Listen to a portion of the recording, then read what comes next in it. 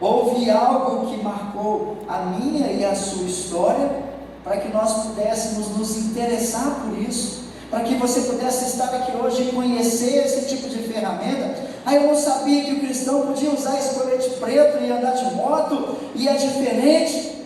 Houve algo que aconteceu especial para você vivenciar isso, e eu queria falar brevemente a respeito. Calculamos que seja isso.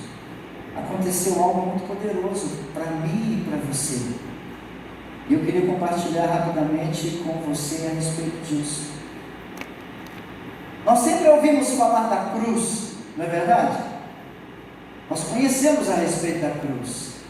Nós sabemos que a cruz, ela traz a evidência nítida a respeito de quem nós somos em Cristo Jesus, através do sacrifício dele na cruz do Calvário.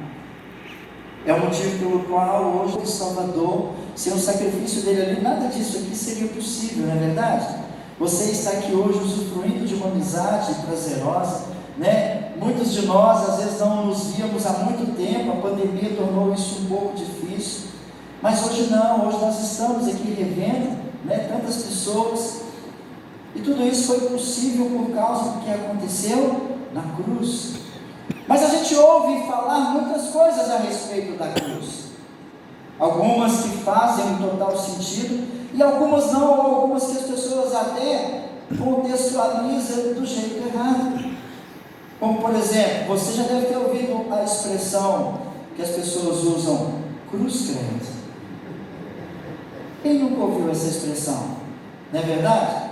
Mas às vezes notório é que o que a gente vê é que quando alguém pronuncia essa expressão, é algo de arrepio, que você não quer estar perto, não é verdade? Cruz credo. Mas não, essa expressão era usada quando alguém passava por alguma circunstância de luta, e por mais difícil que fosse, essa pessoa usava a pronúncia, credo na cruz. Eu creio na cruz e no que ela representa para a minha vida. Então a expressão cruz credo, embora a cultura em si tenha mudado, ela quer dizer exatamente que você crê na cruz, e não é um contexto de repúdio. Não, cruz credo, não é nada disso. Eu creio na cruz. Amém? Entre a cruz e a espada, quem é que não ouviu falar disso também? É uma tomada de decisão. Ou você morre pela cruz, ou você morre pela espada. São dois tipos de morte. Uma delas é diferente, é especial, amém? É eterna. Dor excruciante, quem nunca ouviu falar? É uma dor impossível. O ser humano consegue talvez ressaltar, falar, não, o que essa pessoa está sentindo é como se fosse uma dor excruciante, mas não é, porque não tem como sentir aquilo que Cristo Jesus sentiu por nós na cruz do Calvário, não é verdade? Crucial, vem de cruz, é vital para concluir um objetivo, ou seja, você fazer isso, ou você ir nessa direção, é crucial para que você consiga atingir o seu objetivo. Vem de cruz, é crucial, ou seja, palavras que vêm ao longo dos anos nos ensinando, a sua derivação vem de quê? Vem de cruz. Mas o objetivo principal da cruz, é isso que eu queria compartilhar brevemente com os irmãos, que significa o motivo pelo qual nós estamos aqui hoje. Ela é em Deus desde o início de tudo. Já havia sido tudo desenhado pelo Senhor nosso Deus, desde antes de tudo começar.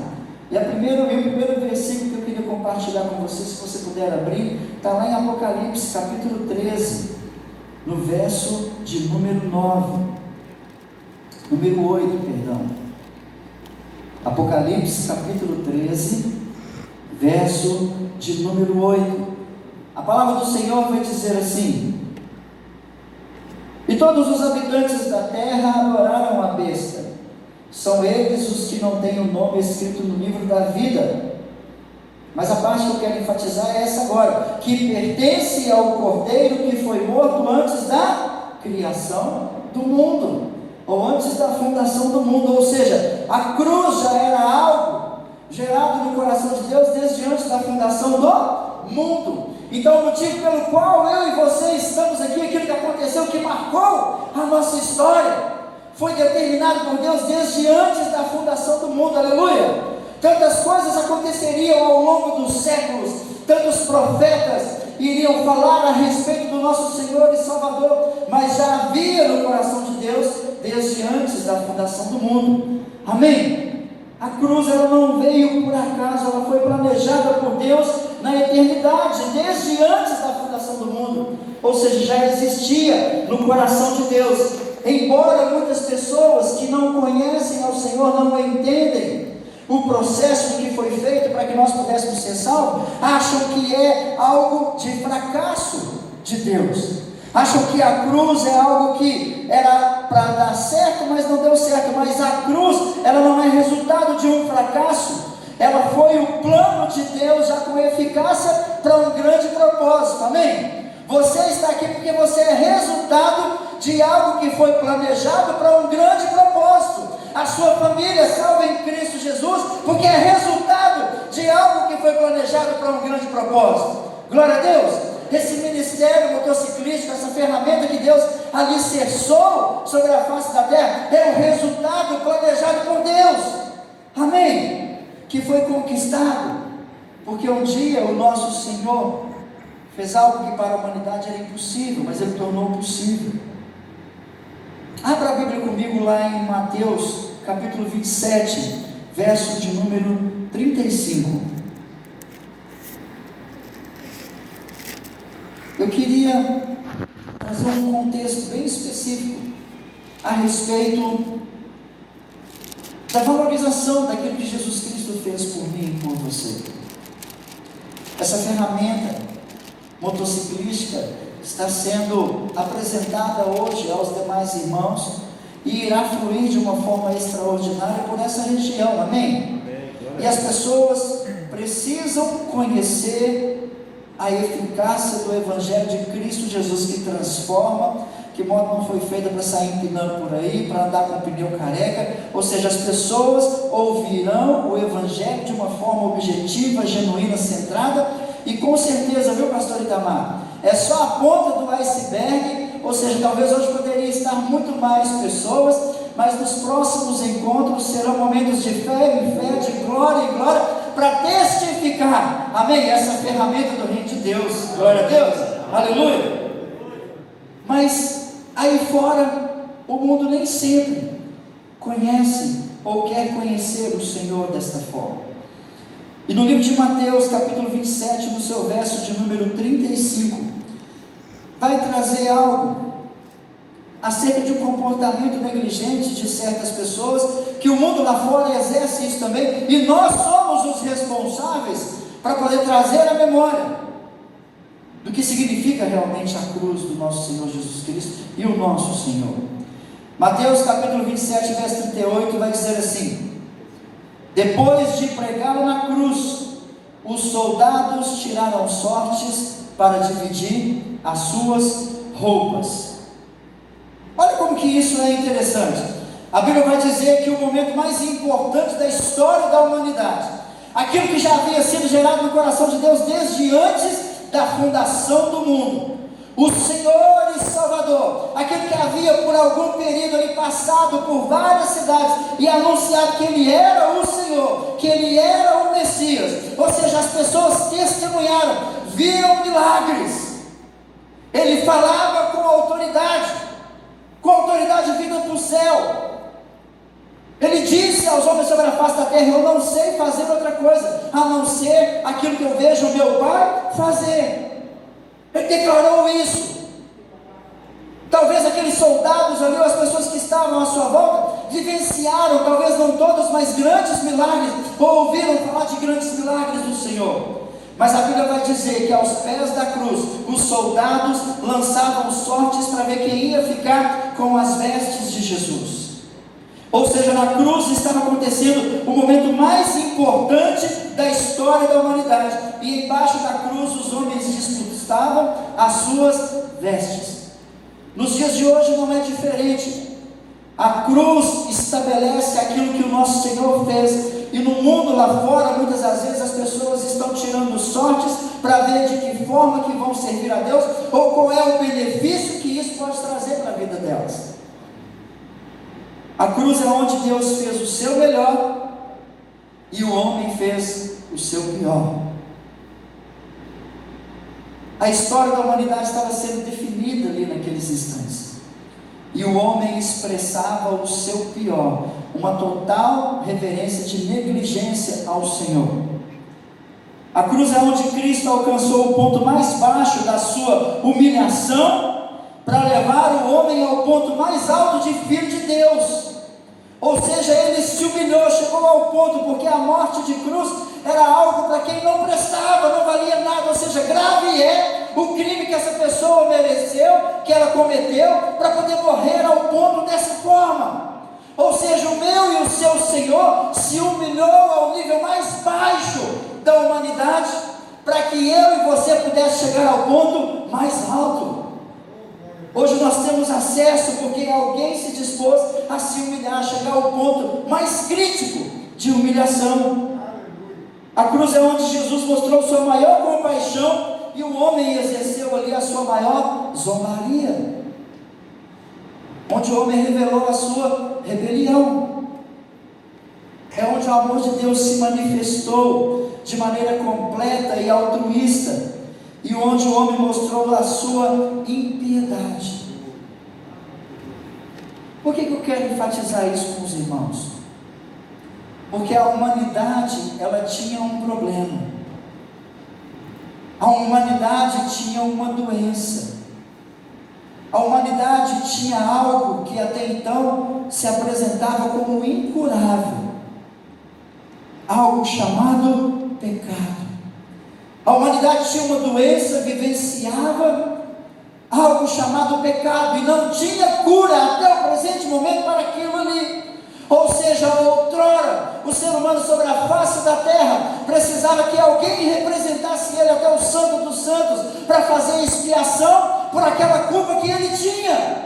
Ele não tinha o livre acesso, ele não podia entrar na presença do Pai, na presença de Deus. Mas aquele que se fez humilhado nos condicionou para que hoje nós entrássemos com livre acesso no Santo dos Santos. E não obstante, o Santo habita dentro de mim e de você, aleluia. Ou seja, você tem o acesso direto hoje. Você é livre em Cristo Jesus. É por isso que você é livre para usar essa ferramenta. A sua moto, ela não é só para o passeio, ela não é só para você poder acelerar, passar de 120, 130. A moto, ela é secundária. O verdadeiro objetivo de você, cristão, você que conhece ao Senhor, é apresentar ao mundo lá fora o que Cristo Jesus fez através da cruz do Calvário. Aleluia. Usando a sua moto como ferramenta diferente. Porque em 1 Coríntios 1:27 vai dizer assim, que Deus escolheu as coisas loucas do mundo para confundir as sábias. Então aquilo que para o mundo lá fora parece ser loucura, assim como era loucura naquele tempo pregar o Evangelho de Cristo Jesus, eu e você somos convidados a exercer essa loucura também, mas uma loucura apaixonante pela palavra de Deus, amém? Glória a Deus. Perto de Jesus e longe de Jesus. A Bíblia traz uma evidência tão forte que aqueles homens estavam tão próximos da sua redenção, da sua salvação. Houve um que entendeu e disse: mestre, lembra de mim quando chegares, hoje ainda estarás comigo. Houve um que valorizou, que entendeu o propósito. Mas a grande verdade é que se nós não absorvemos o propósito dessa ferramenta, não adianta eu montar em cima de uma moto, eu fazer um passeio, eu fazer um evento, se não houver geração de vida, se não houver sacrifício, se eu não entender o propósito do que Jesus fez por mim na cruz do Calvário. Em vão é eu montar em cima de uma moto e sair pilotando por aí. Tem que ter propósito, amém? Porque nós falávamos aqui no início a respeito do nosso encontro de anos atrás. Romanos 8:28 vai enfatizar isso, porque todas as coisas cooperam para o bem daqueles que amam a Deus, segundo o chamado seu propósito. Deus não é Deus de proposta, Deus é Deus de propósito. E isso aqui é porque Deus tem um propósito, aleluia. Há um propósito no coração de Deus. há um propósito. Antes mesmo disso acontecer, a onipresença de Deus já contemplava esse evento aqui, já contemplava o seu coração. Foi Deus que alicerçou no seu coração a vontade de estar aqui nessa noite, porque você precisava incendiar algo no seu coração. O dínamo de Deus precisava explodir dentro de você. Talvez o seu ministério ou algo estava parado na sua vida, e hoje é o momento de retomar, aleluia, com uma ferramenta diferente, uma ferramenta que Deus tem usado sobre a face da terra, para alcançar pessoas, para alcançar satanistas, para alcançar pessoas que não têm compromisso nenhum com Deus, mas para chegar eu e você e falar: ei, o que foi feito na cruz do Calvário, Jesus sacrificou a vida dele para eu vir aqui e falar para você que existe uma vida diferente, a única vida, o único propósito, aleluia.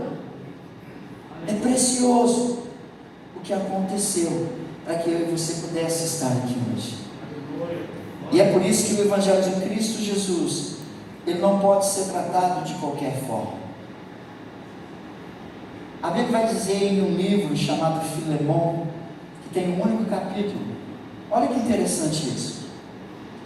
Eu já vou terminar. O livro de Filemon tem um único capítulo, e quando você lê no início, você vai ver que Paulo e Timóteo escrevem uma carta a Filemon,